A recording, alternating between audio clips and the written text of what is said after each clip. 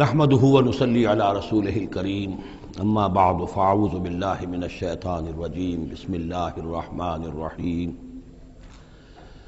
سبحان الذي يسرى بعبده ليلا من المسجد الحرام إلى المسجد الأقصى الذي باركنا حوله لنريه من آياتنا إنه هو السميع البصير وآتينا موسى الكتاب وجعلناه هدى لبني إسرائيل ألا تتخذوا من دوني وكيلا ذرية من حملنا مع نوح إنه كان عبدا شكورا صدق اللہ العظیم۔ اس سے پہلے کہ ہم سورہ بنی اسرائیل کا ترجمہ شروع کریں، سورہ نحل کے آخری حصے میں ایک بڑی عظیم آیت آئی تھی کہ جس کے حوالے سے کسی قدر وضاحت ہونی چاہیے، لیکن چونکہ اس وقت میں چاہتا تھا کہ وقت کے اندر اس کا ترجمہ مکمل ہو جائے تو میں اس وقت رکا نہیں۔ یہ آیت نمبر 125 ہے سورہ مبارکہ کی، ادعو الی سبیل ربک بالحکمت والموعظۃ الحسنۃ وجادلہم باللتی ہی احسن۔ اصل میں اس میں دعوت اسلامی اور دعوت دین کے 3 مختلف لیولز کا تذکرہ ہے۔ عام طور پر اس کو ایک ہی چیز سمجھ کر لوگوں نے ترجمہ بھی کیا ہے، وضاحت بھی کی ہے، لیکن دقت نظر سے جائزہ لیا جائے تو چونکہ انسانوں میں مختلف قسم کے انسان ہیں تو دعوت و تبلیغ کے بھی اسی اعتبار سے مختلف گوشے کہہ لیجئے، مختلف لیولز کہہ لیجئے۔ مثلا یہ کہ انسانوں میں ایک چھوٹی بڑی ہی مائنیوٹ مائنورٹی ہوتی ہے جن کو ہم انٹیلیجنسیا کہتے ہیں۔ یہ وہ لوگ ہیں کہ جو عقل سے کام لیتے ہیں، کسی بات کو قبول کرتے ہیں تو پہلے عقل سے سمجھتے ہیں تب قبول کرتے ہیں، جذبات سے نہیں۔ اور یہ کہ کسی شے کو رد کرتے ہیں تو دلیل سے کرتے ہیں، اگر قبول کرتے ہیں تو دلیل سے، رد کرتے ہیں تو دلیل سے۔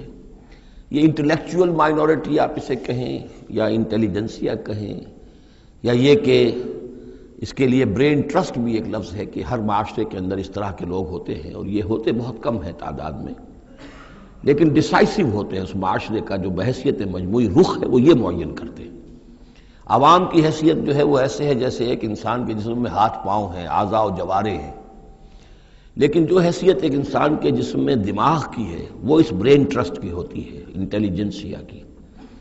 یہ طبقہ جو ہے اس کو دعوت جو دی جائے تو ظاہر بات ہے کہ وہ واس سے نہیں، جذباتی نہیں، بالحکمہ، پختہ باتیں، عقلی دلائل، محکم باتیں، وہ حکمت جس کے بارے میں فرمایا گیا وَمَن یُؤْتَ الْحِکْمَةَ فَقَدْ أُوتِیَ خَیْرًا کَثِیرًا، سورہ بقرہ میں ہم پڑھائے ہیں۔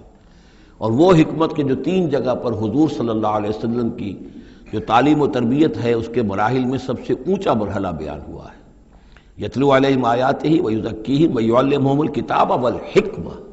یہ حکمت جو ہے گہری باتیں، دانائی کی باتیں، عقل کی باتیں، مسلمہ اصول، ان کے حوالے سے یہ سمجھنا کہ کس شے کی اہمیت زیادہ ہے، کس شے کی اہمیت کم ہے، کیا چیز پرائمری امپورٹنس کی ہے، کیا سیکنڈری ہے۔ ان چیزوں کو جاننے والے لوگ جو ہیں، جو اصول پہچان لیتے ہیں، پھر اصولوں کو منطبق کرنا جانتے ہیں، تو ان کے لیے دعوت جو ہے وہ بھی بہرحال اسی سطح کی ہونی چاہیے کہ وہ دعوت جو ہے دلائل پر، براہین پر۔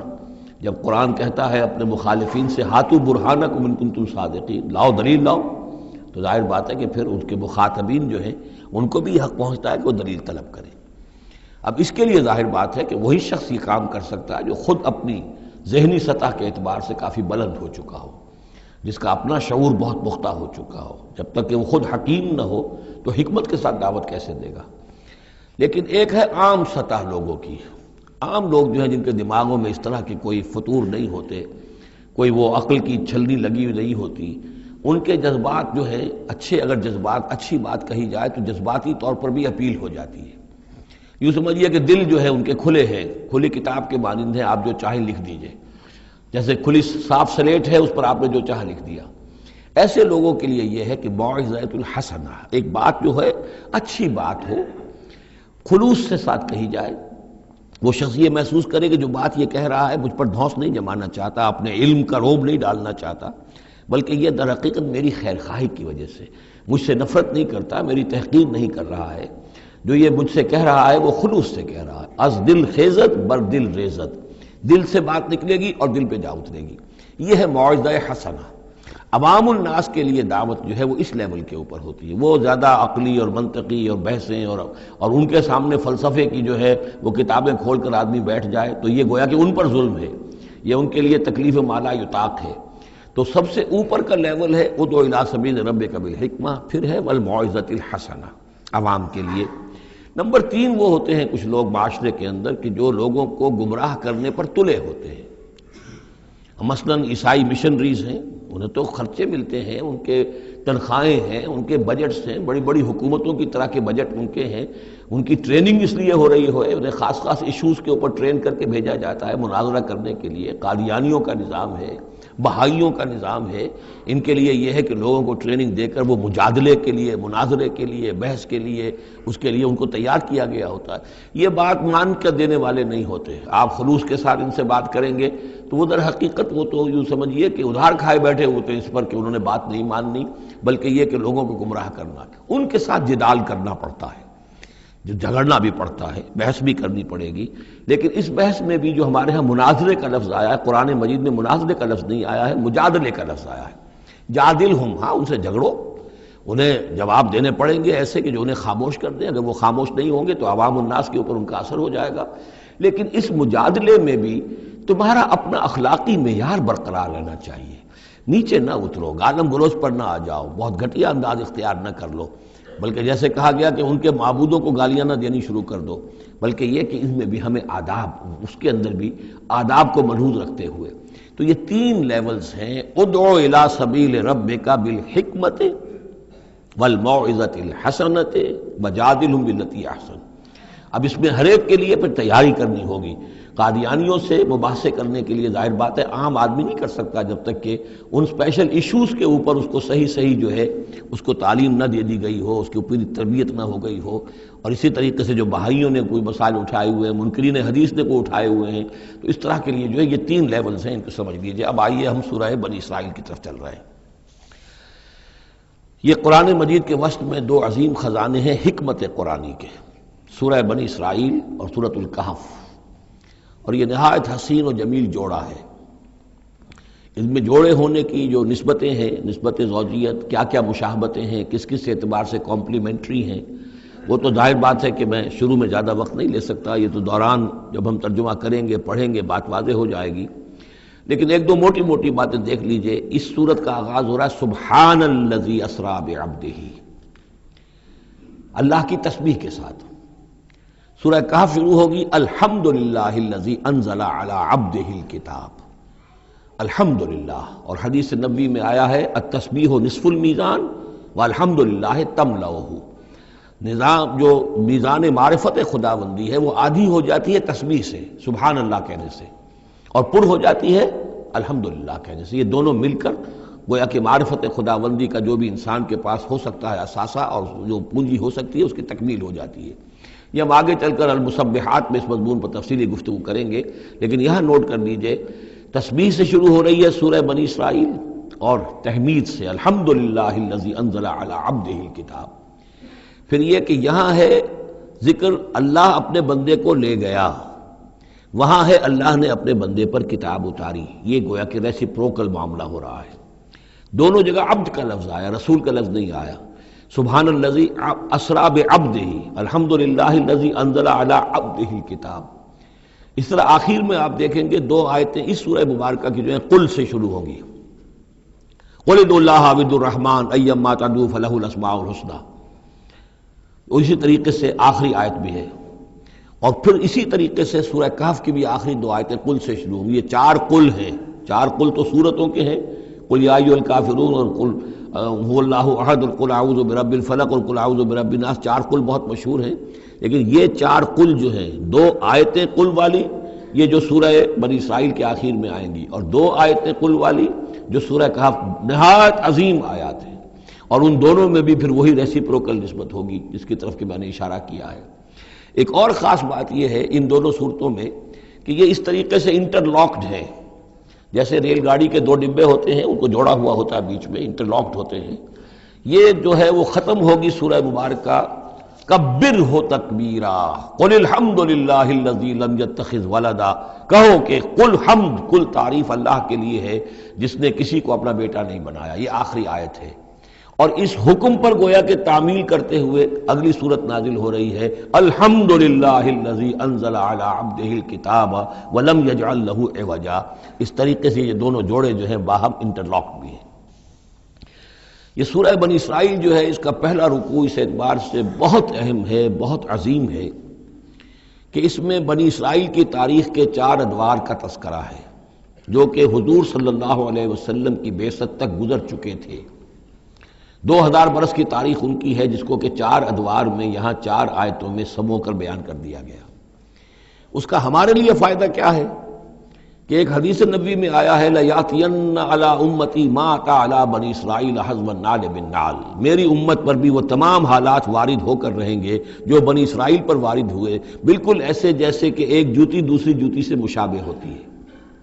جوتیوں کا جوڑا زمین پر رکھا ہو تو آپ کو مختلف نظر آئیں گے، جوتیوں کے رخ جو ہیں وہ مختلف ہوں گے پنجوں کے حساب سے، لیکن اگر ان کے تلووں کو جوڑ دیں گے تو معلوم ہوگا کہ ان میں کوئی فرق نہیں ہے۔ تو اسی طریقے سے 4 ادوار امت مسلمہ، امت محمد صلی اللہ علیہ وسلم کی تاریخ کے گزر چکے ہیں۔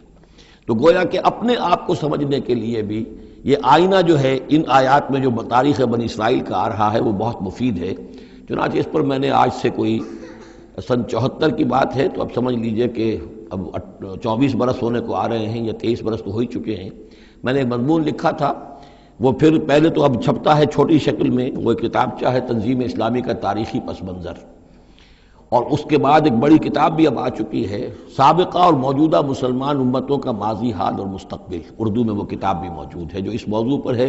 لیکن اس ضمن میں جو کچھ مجھ پر کھلا ہے وہ در حقیقت ان آیات کے حوالے سے اور اس حدیث کی کنجی سے، وہ حدیث جو ہے گویا کہ وہ ایک کنجی کی حیثیت رکھتی تھی، جس سے کہ میں نے ان آیات میں جو خزانہ مضمر ہے علم کا اور معرفت کا اور معلومات کا، اس کو میں نے کھولا ہے اللہ کے فضل و کرم سے۔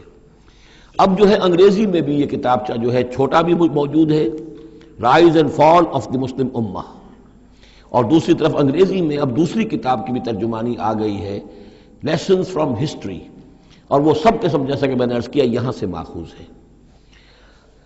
سبحان الذی اسری بعبدہ لیلا من المسجد الحرام الی المسجد الاقصی، پاک ہے وہ ذات کہ جو لے گئی راتوں رات اپنے بندے کو صلی اللہ علیہ وسلم مسجد الحرام سے، یعنی مکہ مکرمہ خانہ کعبہ کے پاس سے، الی المسجد الاقصی، دور کی مسجد کی طرف، یعنی یروشلم، بیت مسجد اقصی جو کہ قبلہ رہا ہے بنی اسرائیل کا، الذی بارکنا حولہ، جس کے ماحول کو ہم نے بابرکت بنایا ہے۔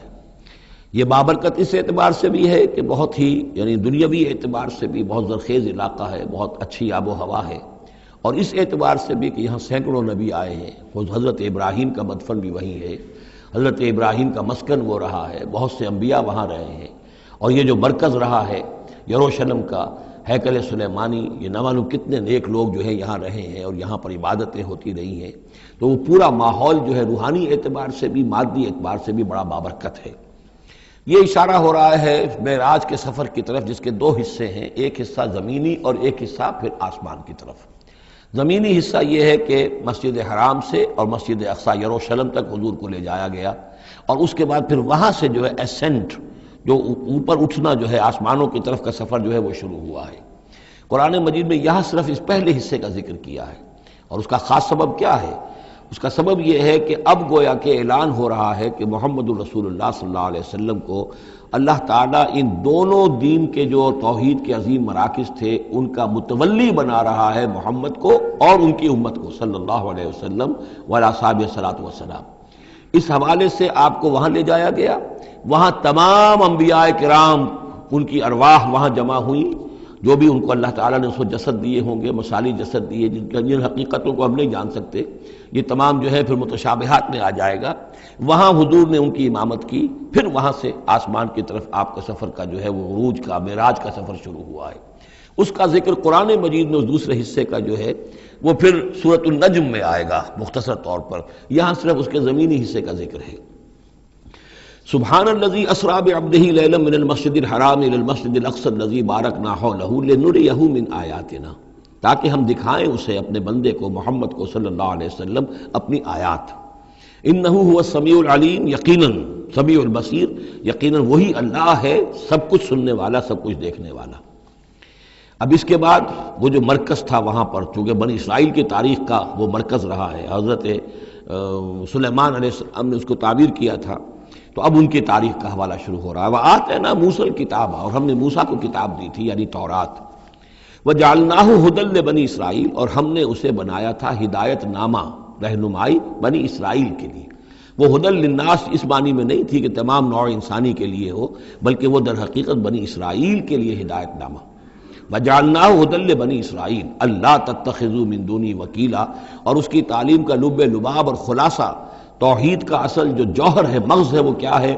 اللہ کے سوا کسی کو کارساز نہ سمجھو، مت پکڑو کسی اور کو میرے سوا کارساز، کسی پر تمہارا بھروسہ، کسی پر توکل نہ ہو میرے سوا۔ یہ توحید کا لب لباب ہے اور خلاصہ ہے۔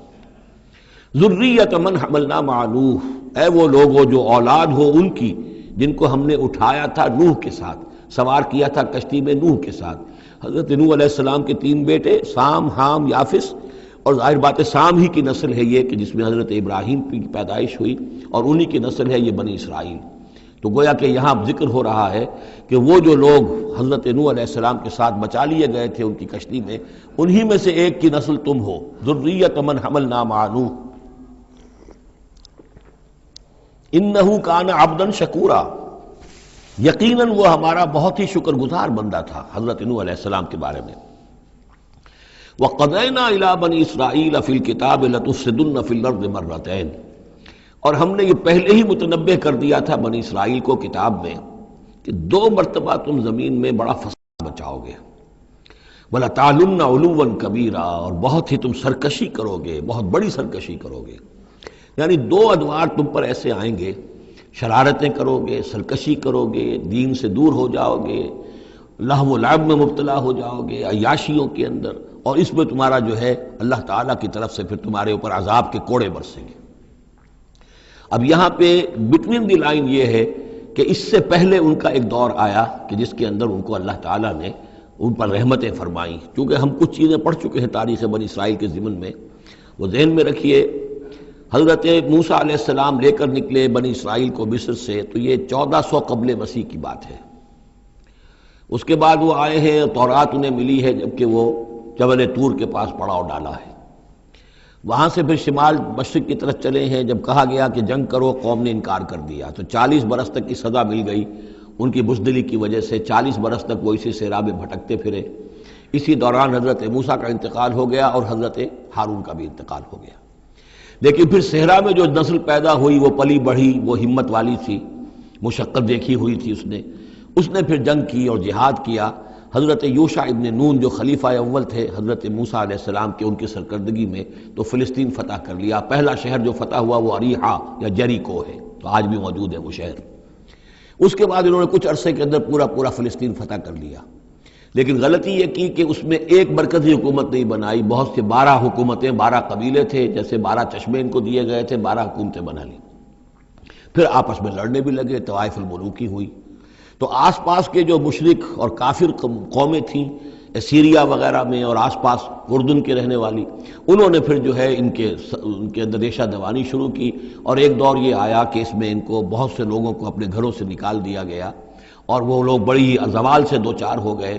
تب انہیں ہوش آیا، انہوں نے سیموئیل نبی جو ان کے تھے ان سے کہا کہ ہمارے لیے سپہ سالار مقرر کیجئے، ایک سپہ سالار ہو تاکہ اس کے پیچھے ہم سب کے سب 12 کے 12 قبیلے جمع ہو کر جنگ کریں، تو پھر یہ کہ اپنے دشمنوں پر فتح حاصل ہو۔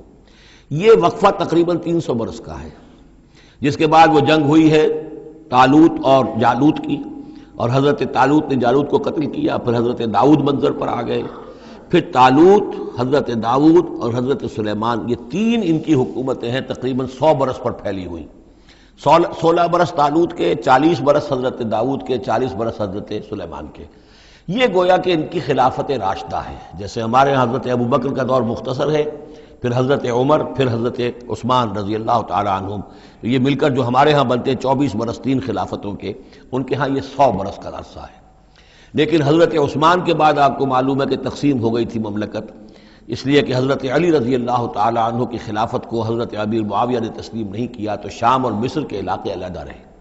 بالکل اسی طرح ہوا وہاں پر بھی کہ حضرت سلیمان کے بعد ان کے دو بیٹوں میں جو مملکت تقسیم ہو گئی، ایک شمالی مملکت تھی جس کا نام اسرائیل تھا اور سامریہ اس کا دارالخلافہ تھا، ایک جنوبی تھی یہودا اور وہ اس کا جو ہے یا یروشلم اس کا دارالخلافہ۔ تو اس طریقے سے دو ملک یہ بن گئے۔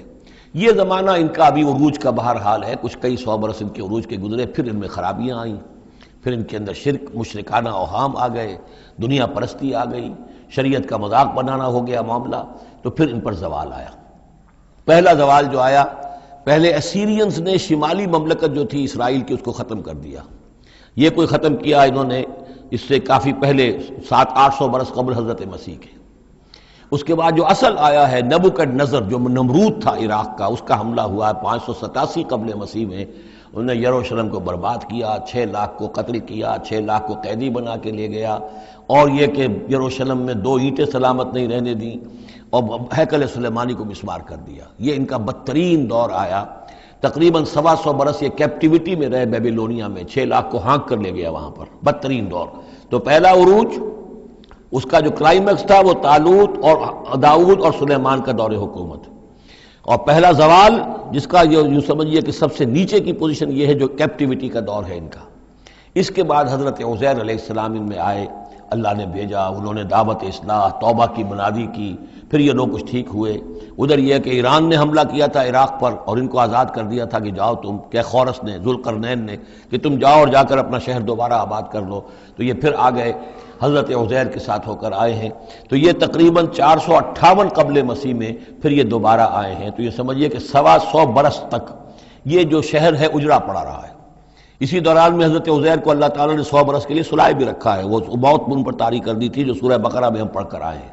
یہ سارے واقعات کو آپ یوں سمجھ لیجئے کہ یہ علیحدہ علیحدہ ٹکڑے جو ہم نے پڑھے ان کو جوڑ لیجئے۔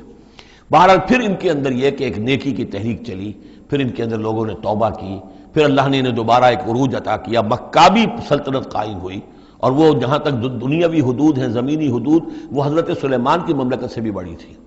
یہ ان کا دوسرا دور عروج ہے۔ لیکن پھر ان کے اندر زوال آیا، پھر خرابی آئی، پھر وہی دنیا پرستی، وہی عیاشیاں، وہی بدماشیاں، وہی مشرکانہ اوہام۔ اس کے نتیجے میں پھر ان پر جو کوڑے پڑے ہیں وہ پہلے تو پڑے ہیں یونانیوں کے ہاتھوں، سکندر مقدونی نے پہلے فتح کیا ان کو، پھر سلیوکس جو اس کا اس سے سالار تھا وہ ان پر حکمران رہا ہے۔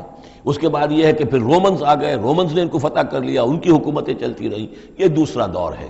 اس دور میں پھر یہ ہے کہ رومنی کے ہاتھوں سن 70 عیسوی میں دوبارہ یروشلم تباہ و برباد ہوا، 1,33,000 یہودی ایک دن میں قتل کیے۔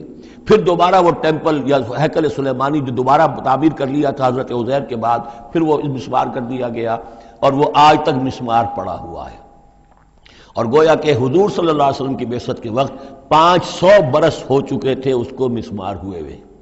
سن 70 عیسوی میں وہ مسمار ہوا، اور 571 میں حضور کی پیدائش ہے، یعنی آپ کی پیدائش بھی پورے 500 برس بعد ہوئی ہے، جبکہ یہ رومیوں کے ہاتھوں ہیکل سلیمانی تباہ و برباد کر دیا گیا تھا۔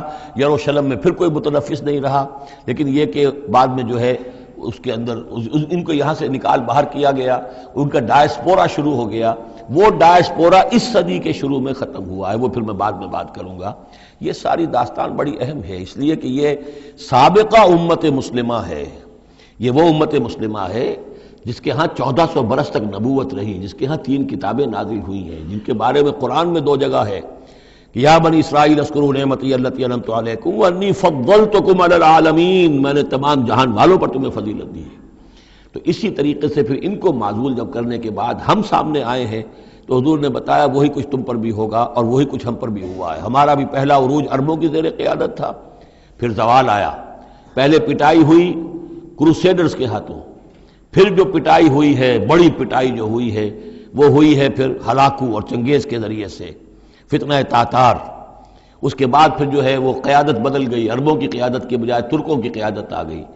وہ وہی لوگ جنہوں نے لاکھوں کروڑوں مسلمان قتل کیے پھر وہ ایمان لے آئے، اسلام لے آئے، انہی کے ذریعے کی مختلف حکومتیں بنی، ترکان تیموری اور ترکان صفوی اور ترکان سلجوقی اور ترکان عثمانی۔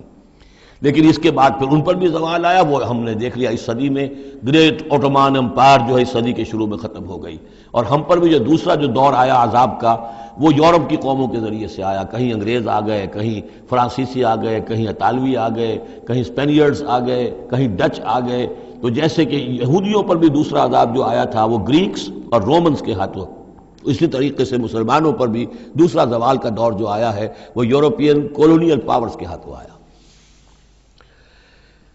ہم نے یہ طے کر دیا تھا، پہلے ہی سنا دیا تھا بنی اسرائیل کو کہ تم اپنی تاریخ میں 2 مرتبہ بہت فساد مچاؤ گے اور بہت سرکشی کرو گے۔ فَإِذَا جَاءَ وَعْدُ أُولَاهُمَا، جب ان دونوں میں سے پہلے وعدے کا وقت آ گیا، بَعَثْنَا عَلَيْكُمْ عِبَادًا لَنَا أُولِي بَأْسٍ شَدِيدٍ، ہم نے تم پر مسلط کر دیے اپنے ایسے بندے جو بڑی سخت جنگ کرنے والے، بڑے سخت جنگجو تھے۔ فَجَاسُوا خِلَالَ الدِّيَارِ، تو وہ تمہاری آبادیوں میں، ملکوں میں گھس گئے۔ وَكَانَ وَعْدًا مَفْعُولًا، اور وہ وعدہ جو اللہ کا تھا وہ پورا ہو کر رہا۔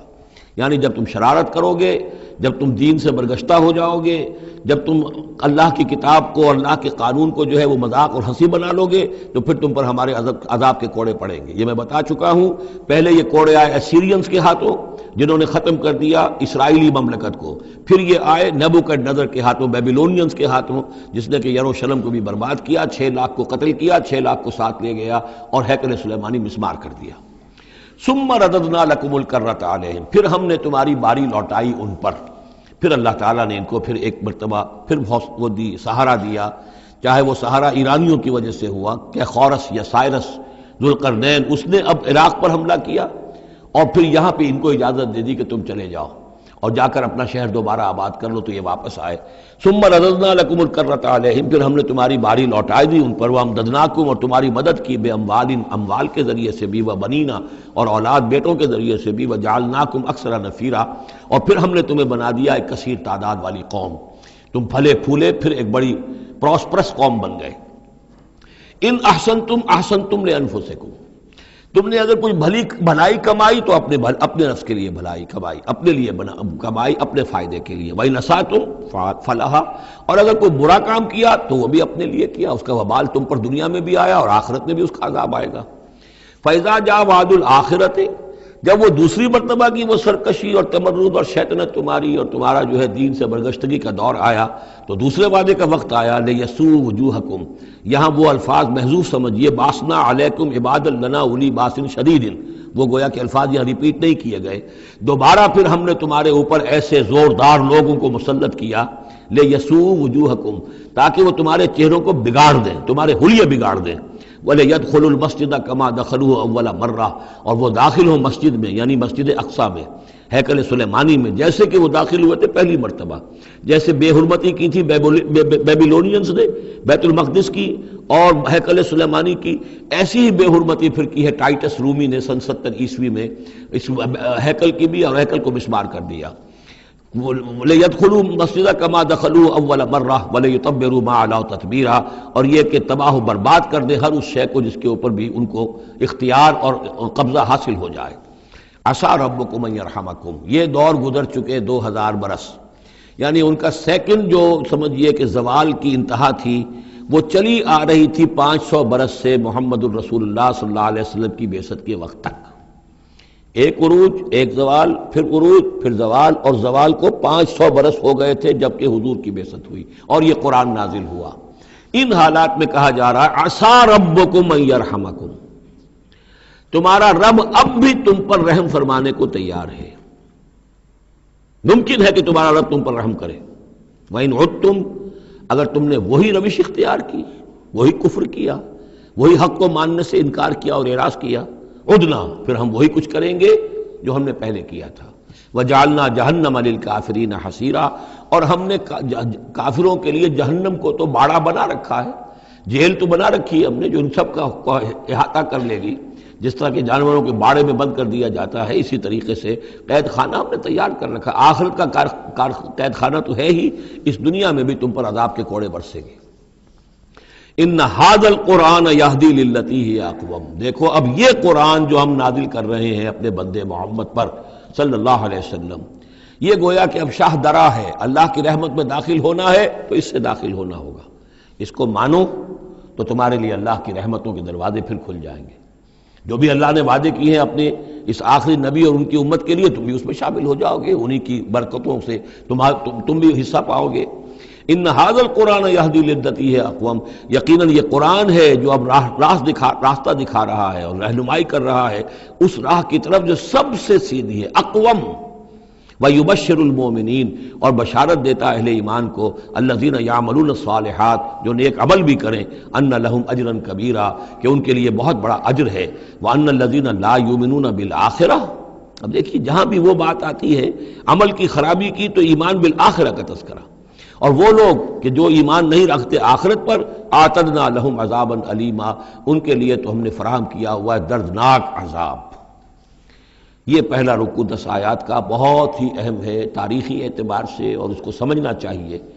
یہ خد و خال یہ ہماری ہی گویا کہ امت مسلمہ ایک ہم ہیں، الحمدللہ امت محمد میں شامل ہے، لیکن یہ بھی ایک امت مسلمہ تھی، یہ سابقہ امت مسلمہ ہے، اور ابھی یہ ختم نہیں ہوئی ہے، موجود ہے۔ اگر ڈپوزڈ ہے، معزول کر دی گئی ہے، وہ دوسری بات ہے، اور تقریباً 2000 برس سے یہ بڑے سختیوں کے اندر تھی، لیکن اب تقریباً 100 برس سے یہ ابھر کر آ گئی ہے، اور یوں سمجھیے کہ اب 2 پتنگیں اوپر چڑھ رہی ہیں۔ ایک سابقہ امت مسلمہ کی 1917 سے چڑھنی شروع ہوئی، بالفور ڈکلریشن، 1948 میں اسرائیل بن گیا، 1967 میں اسرائیل کی جو توسیع ہو گئی، 1991 میں آپ کو معلوم ہے کہ جو اس کا اربوں میں ایک ہی دشمن ہو سکتا تھا جس سے اسے خطرہ تھا، عراق، اس کا برکس نکال دیا گیا۔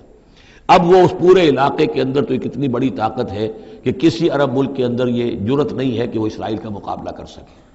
لیکن یہ کہ امت مسلمہ میں بھی رینائسنس شروع ہوا ہے، یہ بھی اپنے انتہائی زوال کو پہنچ چکی تھی اس صدی کے آغاز میں۔ پہلی جنگ عظیم کے بعد جب سلطنت عثمانیہ ختم ہوئی، خلافت ختم ہو گئی 1924 میں، تو اس کے بعد سے یہاں بھی ایک رینائسنس شروع ہو چکا ہے۔ یہاں بھی پھر آزادی کی تحریکیں چلیں، پھر جو ریوائیول کی تحریکیں، احیائی تحریکیں، جماعت اسلامی کی تحریک، اخوان کی تحریک، مظلومی پارٹی، اسی طریقے سے جو ایران میں تھے فدائی، یہ تحریکیں چل رہی ہیں۔ تو اس کو بھی جاننا بہت ضروری ہے کہ یہ جو صدی ہماری گزری ہے، اب ختم ہو رہی ہے، اس صدی کے دوران ہمارا ایک زوال کا عمل بھی چل رہا تھا، اور ایک یہ کہ ایک نئی ترقی کی طرف بھی ہم آگے بڑھے ہیں رفتہ رفتہ۔ یہ دونوں پروسیس سائیڈ بائی سائیڈ، مرج البحرین یلتقیان بینہما برزخ لا یبغیان، یہ دونوں عمل چل رہے ہیں۔ ان تمام چیزوں کا صحیح اندازہ ہونا چاہیے، ذہن میں خاکہ ہونا چاہیے، تاکہ کوئی شخص دین کی خدمت کر رہا ہو تو اسے معلوم ہو زمان و مکان کے اعتبار سے میں کہاں ہوں، کس جگہ کھڑا ہوں، ماضی کیا ہے، سامنے کیا ہے، داہنے بائیں کیا حالات ہیں۔ تو یہ ساری چیزیں جو ہیں ان کو سمجھنا بہت ضروری ہے۔ چنانچہ وہ جو میں نے چند کتابوں کا تذکرہ کیا ان کو غور سے پڑھیے، 2 مختصر ہیں، 2 ذرا اس سے بڑی ہیں۔ وَيَدْعُو الْإِنسَانُ بِالشَّرِّ دُعَاءَهُ بِالْخَيْرِ، اور انسان پکار بیٹھتا ہے شر جبکہ وہ پکار رہا ہوتا ہے اپنے نزدیک خیر۔ یعنی جب انسان دعا کرتا ہے اللہ یوں کر دے، اسے یہ معلوم نہیں کہ یہ اس کے لیے شر ہے، مانگ رہا ہے، جیسا کہ ہم پڑھ چکے ہیں سورہ بقرہ میں، عَسَىٰ أَن تَكْرَهُوا شَيْئًا وَهُوَ خَيْرٌ لَكُمْ، اے اللہ یہ چیز مجھ سے دور کر دے، جو چیز تم ناپسند کرتے ہو حقیقت میں اس میں تمہارا خیر ہے۔ وَعَسَىٰ أَن تُحِبُّوا شَيْئًا وَهُوَ شَرٌّ لَكُمْ، اور ہو سکتا ہے تم کسی شے کو پسند کرو اور اس میں تمہارے لیے شر ہے۔ اللہ یعلم وانتم لا تعلمون، اللہ جانتا ہے تم نہیں جانتے۔ اصل بات کیا کہ اللہ کے حوالے کیا جائے، تفویض الامر، اے اللہ تیرے حوالے، سپردم بے تو مایا خیشرا تو دانی حساب کم و بیشرا، تیرے علم میں جو چیز میرے لیے خیر ہے وہ فیصلہ فرما دے، چاہے مجھے اچھی لگے یا بری لگے، لیکن تیرے علم میں۔ اللہم انی استخیرک بعلمک واستقدرک بقدرتک واسألک من فضلک العظیم، میں تو تیری قدرت سے قدرت چاہتا ہوں، تیرے علم سے خیر چاہتا ہوں، مجھے کیا پتا کس شے میں خیر ہے کس میں شر ہے، تو جانتا ہے۔ لیکن انسان کیا ہے، وہ تو اپنی عقل کو آگے رکھتا ہے، اے اللہ یوں کر دے، ایسا ہو جانا چاہیے، حالانکہ اس کو نہیں معلوم کہ بے وقوف جو شے مانگ رہا ہے وہ اس کے لیے خیر نہیں ہے، شر ہے۔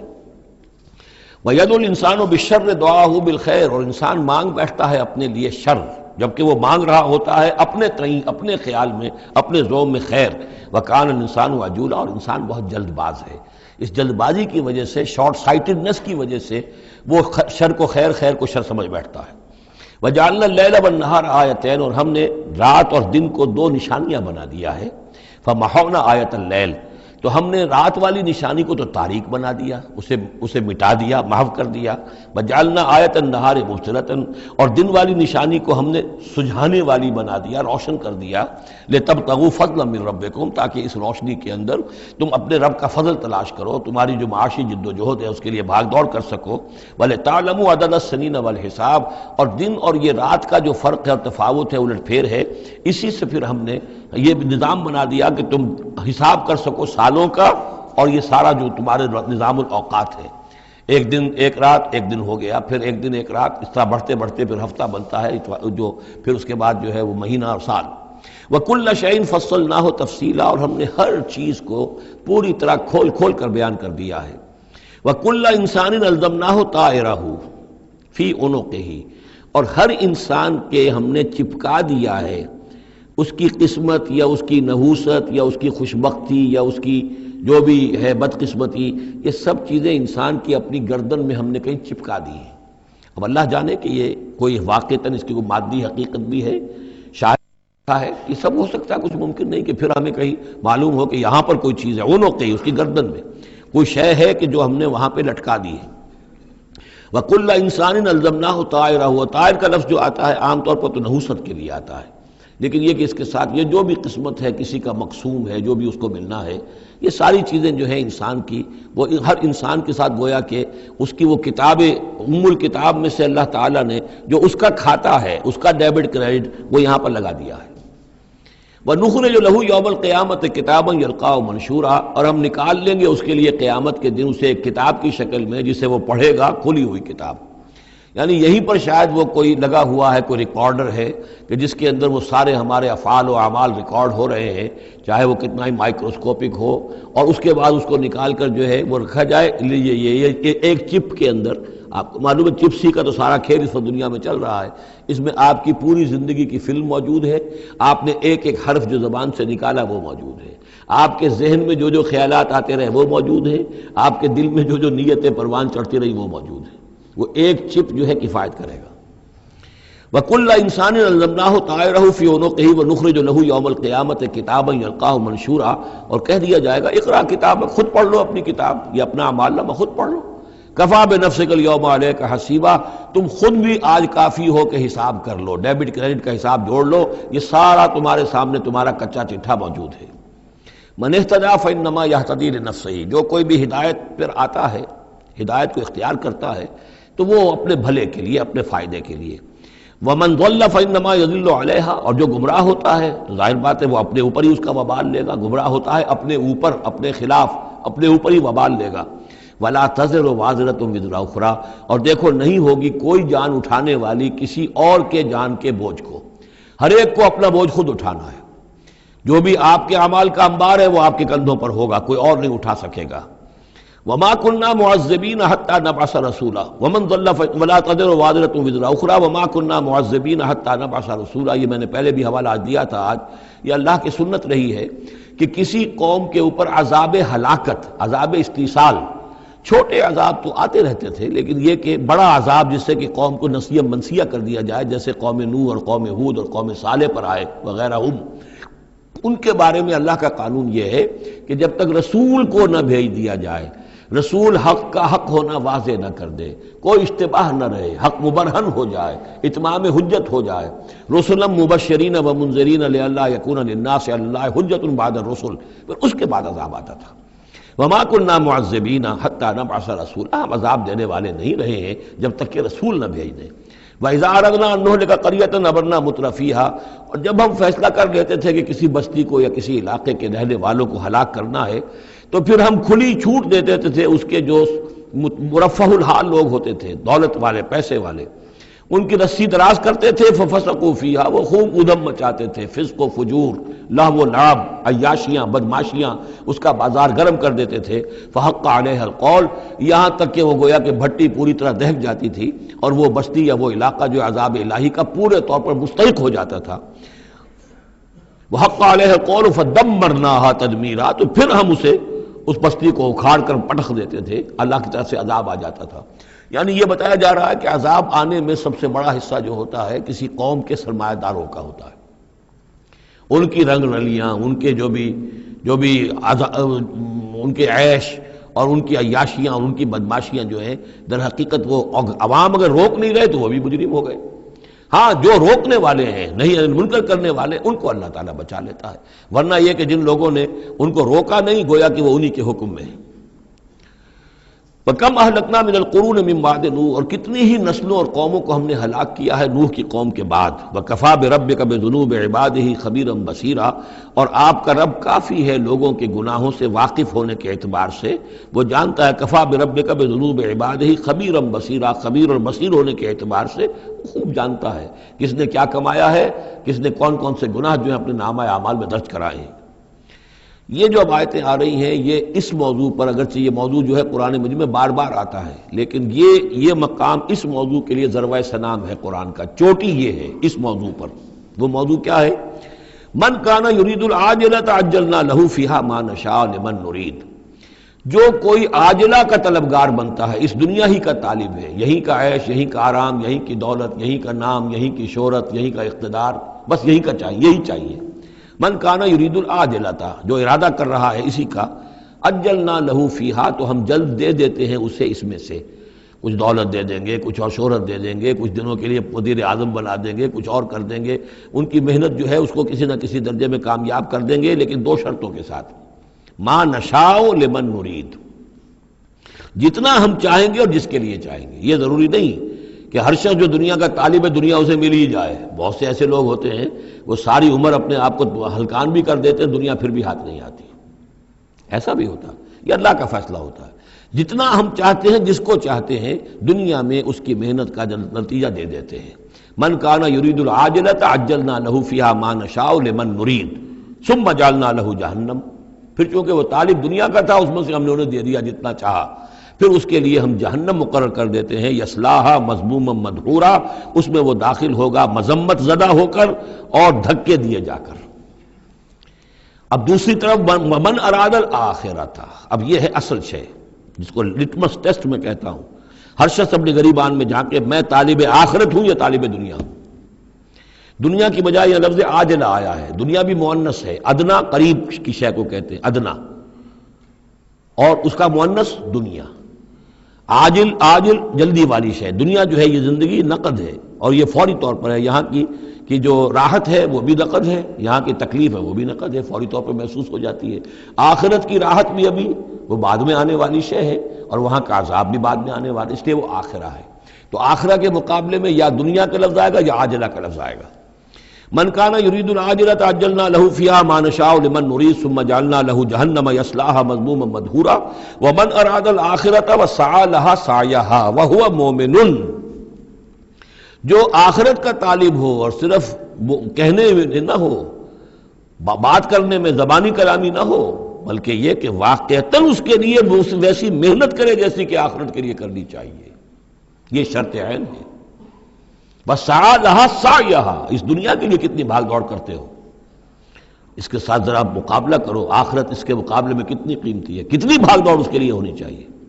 وسعی لہا سعیہا وہو مومن، ایمان بھی رکھتا ہو اور اس کے لیے ویسی محنت کرے جیسی کہ اس کے لیے کی جانی چاہیے۔ فَأُولَٰئِکَ کَانَ سَعْیُہُم مَشْکُورًا، یہ وہ لوگ ہوں گے کہ جن کی سعی جو ہے اللہ تعالیٰ کے ہاں اس کی قدر کی جائے گی، قدر افزائی کی جائے گی۔ اللہم ربنا اجعلنا منہم، کافی کٹھن مقام ہے، آسان نہیں ہے، بڑی شرطیں ہیں جو اللہ نے لگائی ہیں۔ وَمَنْ أَرَادَ الْآخِرَةَ وَسَعَىٰ لَهَا سَعْيَهَا وَهُوَ مُؤْمِنٌ فَأُولَٰئِکَ کَانَ سَعْیُہُم مَشْکُورًا اللہم ربنا اجعلنا منہم کُلًّا نُمِدُّ هَٰؤُلَاءِ وَهَٰؤُلَاءِ مِنْ عَطَاءِ رَبِّکَ۔ باقی یہ کہ اس دنیا کی زندگی میں تو ہم مدد پہنچا رہے ہیں، ان کو بھی اور ان کو بھی، اہل ایمان کو بھی، طالب آخرت کو بھی، طالب دنیا کو بھی دے رہے ہیں۔ جب ہم نے امتحان کے لیے یہاں رکھنا ہے تو راشن تو دینا ہی ہے، کھانے پینے کے لیے تو مجرموں کو بھی اور مومنوں کو بھی اور مسلموں کو بھی کچھ نہ کچھ دینا ہے، سبسسٹنس تو ہمارے ذمے ہے۔ یہ تیرے رب کی عطا میں سے ہے، وما کان عطاء ربک محظورا، اور آپ کے رب کی عطا جو ہے وہ روکی نہیں جا سکتی۔ یعنی مسلمان یہ چاہیں کہ کافروں کو کچھ نہ دیا جائے، یہ نہیں، یہاں کا معاملہ ہم نے کھلا چھوڑا ہوا ہے، اس میں یہ کہ آپ چاہیں انہیں کچھ نہ ملے، وہ یہ آپ کی بات پوری نہیں ہوگی۔ انظر کیف فضلنا بعضهم علی بعض، دیکھو کیسے ہم نے بعض کو بعض پر فضیلت دی ہے، دنیا میں مال و اسباب میں دی ہے، ذہنی صلاحیتوں میں دی ہے، اور مختلف اعتبارات سے فضیلتیں دی ہیں۔ وَلَلْآخِرَةُ أَكْبَرُ دَرَجَاتٍ وَأَكْبَرُ تَفْضِيلًا، لیکن آخرہ جو ہے وہ درجے کے اعتبار سے اور فضیلت کے اعتبار سے بہت بڑی ہوگی۔ یہاں کتنا فرق پڑ جائے گا، کوئی محل میں رہ رہا ہے، کوئی کٹیا میں رہ رہا ہے۔ اچھا وہ 20 سال رہ لے گا محل میں، یہ 20 سال رہ لے گا کٹیا میں، کتنا فرق پڑ گیا۔ لیکن وہاں جو ہے ہمیشہ ہمیش کے لیے رہنا ہے، روح و ریحان و جنت نعیم، جنات و عدن میں، یا ہمیشہ کے ہمیشہ رہنا ہے جہنم کے اندر، وہ کتنا فرق ہوگا۔ یہاں کا کیا فرق ہے؟ کچھ بھی نہیں، مرنا اسے بھی ہے اسے بھی ہے، چاہے اس کے لیے بڑے سے بڑے ڈاکٹر موجود ہیں اور یہ کہیں پہ جا کے علاج کرا لے، موت اس کو بھی آئے گی، موت اس کو بھی آ جائے گی۔ زیادہ یہ اسے حسرت رہے گی کہ میں علاج نہیں کرا سکا، بس اللہ خیر صلی اللہ، لیکن کیا سب جن کو جو علاج کرا سکتے ہیں ان سب کو شفا ہو جاتی؟ کتنے ہی ہے لاکھوں روپیہ خرچ کر کے آتے ہیں، اس کے بعد بھی وہ شفا تو نہیں ہوتی۔ لا تجعل مع اللہ الہا آخر، اللہ کے ساتھ کسی اور کو الہ نہ بناؤ۔ فتقعدا، پھر تمہیں بیٹھ رہنا پڑے گا مذموما مخذولا، مذمت زدہ ہو کر اور اللہ کی جناب سے بے توفیق بنا کر۔ اللہ تعالیٰ جو ہے خذلان الہی، مخذولا، بے یار و مددگار چھوڑ دے گا۔ پھر اس کے بعد یہ دو رکوع جو ہیں یہ بہت اہم ہیں، جیسا کہ میں نے عرض کیا تھا، یہ حضرت عبداللہ ابن عباس رضی اللہ تعالیٰ عنہما کے نزدیک یہ تورات کی تعلیم کا نچوڑ ہے، 10 commandments، the Quranic version of 10 commandments۔ تورات میں جو احکام عشرہ آئے تھے اس کا یہ قرآنک ورژن ہے جو یہاں پر آ رہا ہے۔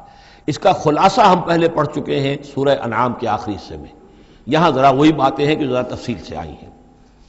وَقَضَىٰ رَبُّكَ أَلَّا تَعْبُدُوا إِلَّا إِيَّاهُ، تیرے رب نے فیصلہ کر دیا ہے کہ نہیں پوجو گے سوائے اس کے کسی کو۔ وَبِالْوَالِدَيْنِ إِحْسَانًا، اور اللہ کے اور والدین کے ساتھ احسان، نیک سلوک۔ یہ چوتھا مقام آ گیا جہاں کہ اللہ، تیسرا مقام آیا ہے، چوتھا مقام سورہ لقمان میں آئے گا، اللہ کے حقوق کے فوراً بعد والدین کے حقوق۔ اما یبلغن عندک الکبر، اگر پہنچ ہی جائیں وہ دونوں بڑھاپے تک تمہارے پاس، احدہما، وہ اکیلے، کوئی ایک ان میں سے، اور کلاہما، یا دونوں، یعنی والدین اس بڑھاپے کی اور ضعیفی کی عمر کو پہنچ گئے، یا والد فوت ہو گئے والدہ ضعیفی کی عمر کو پہنچ گئی، یا والدہ فوت ہو گئی والد ضعیفی کی عمر کو پہنچ گئے، یا دونوں کے دونوں ضعیفی کی عمر کو پہنچ گئے۔ اما یبلغن عندک الکبر احدہما او کلاہما فلا تقل لہما اف، تو انہیں اف تک مت کہو، جھڑکنا نہیں، ولا تنہرہما، ان کو جھڑکو مت، وقل لہما قولا کریما، ان سے بات کرو نرمی کے ساتھ، ادب کے ساتھ۔ کسی وقت ان کی بات ٹالنی بھی پڑ جاتی ہے، ابا جان یہ بات تو میں نہیں کر سکتا، میری مجبوری ہے، لیکن سختی کے ساتھ نہیں۔ ایسی بات نہ ہو کہ جس سے ان کا دل دکھے کہ آج یہ میرے سامنے سینہ تان کر بات کر رہا ہے، کل یہی تھا وہ جو چھوٹا چھوٹا سا لپٹتا تھا میری ٹانگوں میں آ کر، اور وہ یہی ہے جسے میں گود میں لیے پھرتا تھا، یہ دل دکھے نہ۔ وَاخْفِضْ لَهُمَا جَنَاحَ الذُّلِّ مِنَ الرَّحْمَةِ، یہ آگے جو میں نے کہا تھا والدین کے لیے بھی اپنے بازوؤں کو، کندھوں کو عاجزی کے ساتھ ان کے سامنے جھکا کر رکھو، سینہ تان کر بات نہ ہو ان سے، بات جب بھی ہو معلوم ہو کہ جھکے ہوئے ہیں، ان کا ادب کر رہے ہیں۔ وَقُلْ رَبِّ ارْحَمْهُمَا كَمَا رَبَّيَانِي صَغِيرًا، اور دعا کیا کرو کہ اے میرے رب ان پر رحم فرما دونوں پر، جیسے کہ انہوں نے ہمیں پالا، مجھے پالا جبکہ میں چھوٹا سا تھا، میں تو سب سے زیادہ ضعیف تھا، کمزور تھا، میرے لیے غذا کا، میرے آرام کا، مجھے تکلیف ہو تو تڑپتے یہ تھے، تو اے پروردگار اب ان کے احسانات کا میں کیا بدلہ چکا سکتا ہوں، میں تجھ ہی سے درخواست کرتا ہوں کہ جو کچھ احسانات انہوں نے مجھ پر کیے ہیں تو ان کو، ان کے طفیل، تو ان کی خطائیں بخش دے اور ان پر رحم فرما۔ وَقُلْ رَبِّ ارْحَمْهُمَا كَمَا رَبَّيَانِي صَغِيرًا رَبُّكُمْ أَعْلَمُ بِمَا فِي نُفُوسِكُمْ، تمہارا رب واقف ہے خوب جو کچھ تمہارے دلوں میں ہوتا ہے۔ ان تکونوا صالحین فإنہ کان للأوابین غفورا، اگر تم واقعی نیک ہوگے تو یقیناً اللہ تعالیٰ تم میں سے جو واقعی اللہ کی طرف رجوع کرنے والے ان کے لیے غفور ہے۔ اس میں اشارہ ہے کسی وقت بوڑھے والدین، جیسے کہ ہم پڑھ آئے کہ لا یعلم من بعد علم شیئا، وہ کبھی بچوں کی سی آتیں نوت کر آتی ہیں، پھر کبھی وہ ایسی باتیں کہتے ہیں کہ جو نہیں کی جا سکتی، کہیں روکنا بھی پڑتا ہے، ٹوکنا بھی پڑتا ہے، لیکن یہ کہ اگر مجبوراً کہیں ایسی بات کرو اور کرو ادب کے ساتھ، سختی نہ ہو، تو پھر یہ کہ اللہ تعالیٰ جانتا ہے تمہاری نیت کو، کہ تم اگر اپنے والدین کی یہ بات نہیں مان پا رہے ہو، تمہاری مجبوری ہے، وہ تم جانتے ہو، اللہ تعالیٰ کے علم میں ہے، تو اللہ غفور اور رحیم ہے۔ وَآتِ ذَا الْقُرْبَىٰ حَقَّهُ، اور قرابت داروں کو بھی ان کا حق ادا کرو، والمسکین، اور مسکین کو، وابن السبیل، اور مسافر کو، ولا تبذر تبذیرا، اور نام و نمود کے لیے اپنی دولت مت اڑاؤ۔ تبذیر جو ہے اسراف سے بہت بڑا جرم ہے۔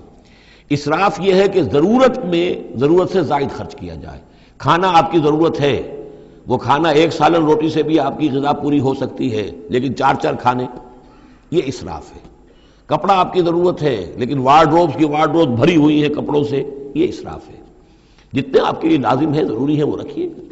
اور تبذیر یہ ہے کہ بلا ضرورت خرچ کرنا، صرف نام و نمود کے لیے، اپنی دولت کی نمائش کے لیے، شادیوں پر خرچ ہو رہا اور کس قدر ہو رہا ہے، دھوم دھڑکتا ہے، کوئی اس کی ضرورت نہیں ہے۔ یہ ہے تبذیر۔ ولا تبذر تبذیرا، اپنی دولت کو نام و نمود کے لیے مت اڑاؤ۔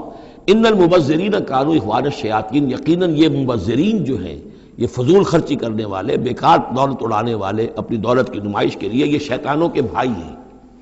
یہ کیوں ہے؟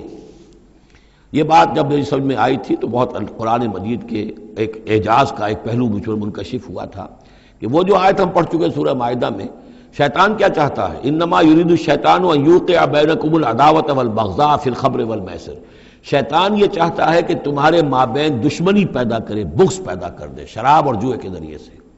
وہی بغض اور دشمنی جو ہے وہ اس سے پیدا ہوتی ہے کہ کسی سیٹھ صاحب کی بیٹی کی شادی ہے اور اس پر جو کچھ ہو رہا ہے، وہ جو پوری کوٹھی جو ہے وہ بنی ہوئی ہے، بقائے نور بنی ہوئی ہے اور دھوپ دھڑ رہا ہے۔ اچھا، اسی سیٹھ صاحب کا کوئی شوفر بھی ہوگا، کوئی پہرے دار ہوگا، کوئی مالی ہوگا، کوئی اس کا خانسامہ ہوگا، اس کی بچی شاید بوڑھی ہو رہی ہو، اس کے ہاتھ پیلے نہیں ہو رہے ہیں، کیا ہوگا اس کے دل میں؟ کیا چھریاں نہیں چل رہی ہوں گی اس کے دل میں؟ کیا پھر محبت پیدا ہوگی یا نفرت پیدا ہوگی؟ پھر تو ایسا ہوگا کہ جب اس کا داؤ چلے گا، یہ پیٹ پھاڑے گا اپنے اس سیٹھ کا اور لے کر جائے گا۔ یہ ہے وہ دشمنی ڈالنے والی بات، تبذیر جو ہے، جس سے کہ دشمنی پیدا ہوتی، طبقاتی شعور پیدا ہوتا ہے، ہیوز اور ہیو ناٹس کے درمیان ایک جو خلیج ہے وہ زیادہ سے زیادہ جو ہے گہری اور چوڑی ہوتی چلی جاتی ہے۔ وَكَانَ الشَّيْطَانُ لِرَبِّهِ كَفُورًا، اور یقیناً شیطان اپنے رب کا بہت ہی ناشکرا تھا۔ وَإِمَّا تُعْرِضَنَّ عَنْهُمْ ابْتِغَاءَ رَحْمَةٍ مِّن رَّبِّكَ تَرْجُوهَا، اور اگر تمہیں اعراض کرنا ہی پڑ جائے ان سے، یعنی قرابت دار ہے، کوئی اور آپ سے کوئی سائل آ گیا ہے، کوئی اور ہے جو آپ سے کوئی مدد چاہ رہا ہے، اگر آپ کو اعراض کرنا ہی پڑ جائے، کیوں؟ ابتغاء رحمت من ربک ترجوہا، کہ خود تم اپنے رب کی رحمت کے ابھی امیدوار ہو، یعنی اس وقت تمہارے پاس کچھ نہیں ہے، تم بھی امید میں ہو کہ اللہ تعالیٰ تمہیں بھی نواز دے، تمہارے پاس کچھ نہیں ہے، تو اگر اپنے قرابت داروں سے یا ان سے اعراض کرنا پڑ رہا ہے، فَقُلْ لَهُمْ قَوْلًا مَيْسُورًا، تو بات ان سے وہ کرو کہ جو بڑی نرم ہو، شرافت کے ساتھ، انہیں جھڑکو نہیں۔ وَلَا تَجْعَلْ يَدَكَ مَغْلُولَةً إِلَىٰ عُنُقِكَ، اور نہ تو اپنے ہاتھ کو باندھ لو اپنی گردن کے ساتھ، یہ اصل میں کنایا ہے، استعارہ ہے بخل سے، کہ ہاتھ بندھا ہوا ہے، اس ہاتھ سے کچھ نکل ہی نہیں سکتا، کسی کو کچھ خیر جو ہے وہ مل ہی نہیں سکتا۔ وَلَا تَبْسُطْهَا كُلَّ الْبَسْطِ، اور نہ ہی ہاتھ کو کھول دو پورا کا پورا، یعنی یہ کہ بسا اوقات انسان کے اندر نیکی کا جذبہ اتنا جوش کھاتا ہے کہ سب کچھ اللہ کی راہ میں دے کر خود فقیر ہو جائے، یہ بھی نہیں، بلکہ یہ کہ ایک اعتدال کی راہ ہونی چاہیے۔ فَتَقْعُدَ مَلُومًا مَحْسُورًا، ایک وقت میں جذبات کے رو میں آ کر تو یہ سب کچھ کر بیٹھے، اور بعد میں تم جو ہے بیٹھے رہو گے الزام کھائے ہوئے اور ہارے ہوئے، اور پھر ہو سکتا ہے کہ الٹا یہ خیال ہو کہ کیا حماقت میں کر بیٹھا، مجھے جو ہے ذرا اس میں اعتدال کی روش اختیار کرنی چاہیے تھی۔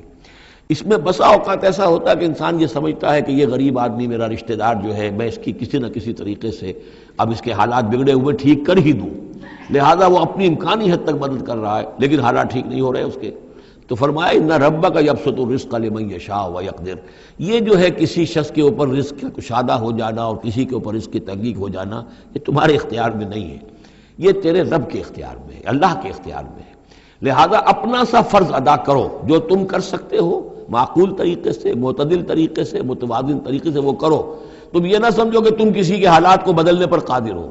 ان ربک یبسط الرزق لمن یشاء ویقدر، یقیناً یہ تو تیرا رب ہی ہے کہ جو کھول دیتا ہے رزق جس کے لیے چاہتا ہے، کشادہ کر دیتا ہے، اور تنگ کر دیتا ہے جس کے لیے چاہتا ہے۔ انہ کان بعبادہ خبیرا بصیرا، یقیناً وہ اپنے بندوں کے حق میں اپنے بندوں سے پوری طرح باخبر ہے اور ان کے حالات کو دیکھ رہا ہے۔ ولا تقتلوا اولادکم خشیۃ املاق، اور اپنی اولاد کو قتل مت کرو مفلسی کے اندیشے سے۔ اب یہ جو ہمارے ہاں برتھ کنٹرول کی پوری تحریک ہے پوری دنیا میں، اور مالتھوس صاحب کے زمانے سے جو تحریک چلی تھی، اور یہ کنٹرول جو ہے آبادی کا، پاپولیشن کنٹرول، تو اگرچہ ہم یہ تو نہیں کہہ سکتے کہ اس کی ساری شکلیں حرام مطلق ہیں، بعض شکلیں اس کی جائز ہیں، اور اس کے لیے ہم صرف یہ کہہ سکیں گے کہ وہ مکروہات میں شامل ہیں، لیکن یہ کہ ایک تحریک کی حیثیت سے در حقیقت یہ نفی ہے ایمان کی۔ اللہ پر توکل نہیں ہے، اللہ کے رازق ہونے پر بھروسہ نہیں ہے، اپنے حساب کتاب کو جوڑ رہے ہو، تمہیں کیا پتا اللہ کے خزانے کون کون سے ہیں؟ ابھی کچھ عرصے پہلے ہمیں پتہ ہی نہیں تھا کہ سمندر کے اندر سے کیا کچھ غذا نکل آئے گی اور کتنی عمدہ غذا ہوگی. یہ گوشت جو آپ کو سمندر سے ملتا ہے یہ کس قدر عمدہ ہے صحت کے لیے. باقی جو گوشت ہم کھاتے ہیں اوپر سے ریڈ میٹ، اس کے اندر کیا کیا ہیزرڈز ہیں اور کیا کیا خرابیاں ہماری صحت کے لیے. اور یہ جو ہے جو ہمیں ملتا ہے سمندر سے یہ کس قدر عمدہ ہے. لحمن طریہ جو ہم پڑھ چکے ہیں تو معلوم نہیں تھا.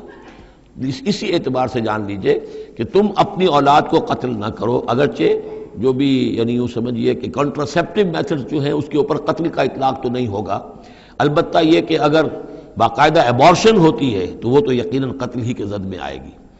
وَلَا تَقْتُلُوا أَوْلَادَكُمْ خَشْيَةَ إِمْلَاقٍ نَحْنُ نَرْزُقُهُمْ وَإِيَّاكُمْ، ہم ہی ان کو بھی رزق پہنچائیں گے اور تمہیں بھی ہم دیتے ہیں. تم سمجھتے ہو کہ تمہیں رزق خود اپنے ذریعے سے مل رہا ہے، یہ رزق ہم نے ہے جو تمہیں دیا ہے. إِنَّ قَتْلَهُمْ كَانَ خِطًا كَبِيرًا، یقیناً ان کو قتل کرنا جو ہے بہت بڑی خطا ہے.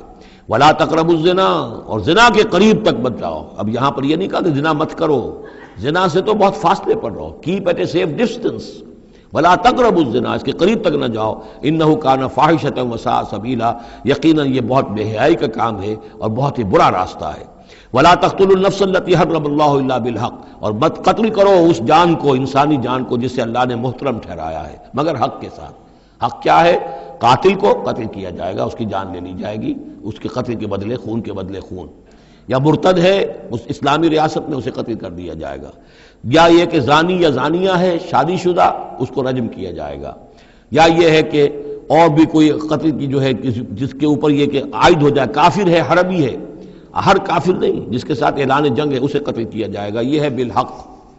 ومن قتل مظلوما، اور جسے قتل کر دیا گیا مظلوم طور پر بغیر یعنی کسی حق کے ظلم سے، فقط جعلنا لولیہ سلطانا، تو اس کے ولی کو ہم نے ایک اختیار دیا ہے. اس کے اختیار ہے اب جو مقتول ہے اسلامی قانون میں اس کے ورثاء کو اختیار حاصل ہے، چاہے تو وہ قاتل کی جان لے لیں، اصرار کریں اس پر کہ ہم خون کا بدلہ خون، جان کا بدلہ جان لیں گے، چاہے اسے معاف کر دیں، اور چاہے تو خون بہا لے کر اور جو رقم لے کر جو ہے اس کو معاف کر دیں. یہ تین شکلیں ہیں، لیکن اختیار ان کے پاس ہے، حکومت کے پاس نہیں ہے.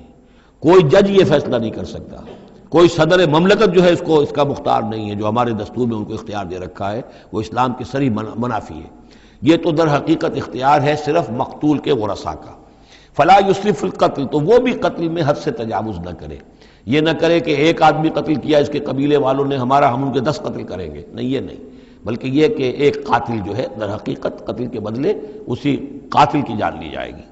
انہو کانا منصورا، اس کی مدد کی جائے گی. یعنی جو بھی مقتول کے ورثاء ہیں ان کی مدد کی جائے گی. ریاست کا کام یہ ہے کہ وہ قاتل کو تلاش کرے، قاتل کو پکڑے، مقدمہ چلائے، اس پر ثبوت فراہم کرنا، یہ سارا ریاست کا کام ہے. لیکن مقدمے میں مدعی ریاست نہیں ہے. ہمارے ہاں غلطی یہ کہ اسٹیٹ ورسس وہ قانون جو مقدمہ بنتا ہے اس میں مدعی حکومت ہوتی ہے. یہ نہیں ہے، ریاست نہیں ہے، بلکہ مدعی جو ہے وہ مقتول کے ورثاء ہیں اسلام میں قتل کے مقدمات میں. وَلَا تَقْرَبُوا مَالَ الْيَتِيمِ إِلَّا بِالَّتِي أَحْسَنُ، یہ آیت ہم پہلے بھی پڑھ چکے ہیں. اور یتیم کے مال کے قریب تک بھی مت آؤ مگر بہترین طریقے سے. اس کی حفاظت کرو اور اس کو سنبھال کر رکھو، اس کو ضائع نہ کرو، اسے کھانے اور ہڑپ کرنے کی کوشش نہ کرو. حتیٰ یبلغ اشدہ، یہاں تک کہ وہ اپنی پوری قوت کو پہنچ جائے، پوری جوانی کو پہنچ جائے، سمجھ کو پہنچ جائے، بالغ ہو جائے. وَأَوْفُوا بِالْعَهْدِ، اور عہد کو پورا کرو. ان العہد کان مسئولا، یقیناً عہد جو ہے، معاہدہ جب بھی ہو جائے اس کے بارے میں مسئولیت ہے، اللہ کے ہاں جواب دہی کرنی پڑے گی، باس پرس ہوگی. وَأَوْفُوا الْكَيْلَ إِذَا كِلْتُمْ، اور جب بھی تم ماپو تو پورا ماپو، پیمانہ پورا بھرو. وَزِنُوا بِالْقِسْطَاسِ الْمُسْتَقِيمِ، جب تولو تو پوری سیدھی ترازو کے ساتھ تولو. ذَلِكَ خَيْرٌ وَأَحْسَنُ تَأْوِيلًا، یقیناً یہی بہتر ہے اور انجام کے اعتبار سے بھی دیانتداری کے ساتھ پورا ناپ کر، پورا تول کر اگر تم دے رہے ہو معاملہ، تو پھر جو بقیت اللہ ہے، پھر جو بھی اللہ کی طرف سے تمہیں نفع ہو جائے گا اس میں بہت برکت ہوگی، اس میں بہت خیر ہوگا. احسن تاویلا ولا تخف ما ليس لك به علم ان السمع والبصر والفؤاد كل اولئك كان عنه مسؤولا. اس آیہ مبارکہ کے بارے میں انشاءاللہ کچھ تفصیل سے مجھے گفتگو کرنی ہے، وہ ہم کل کریں گے. بارک اللہ لی ولکم فی القرآن العظیم ونفعنی وإیاکم بالآیات والذکر الحکیم.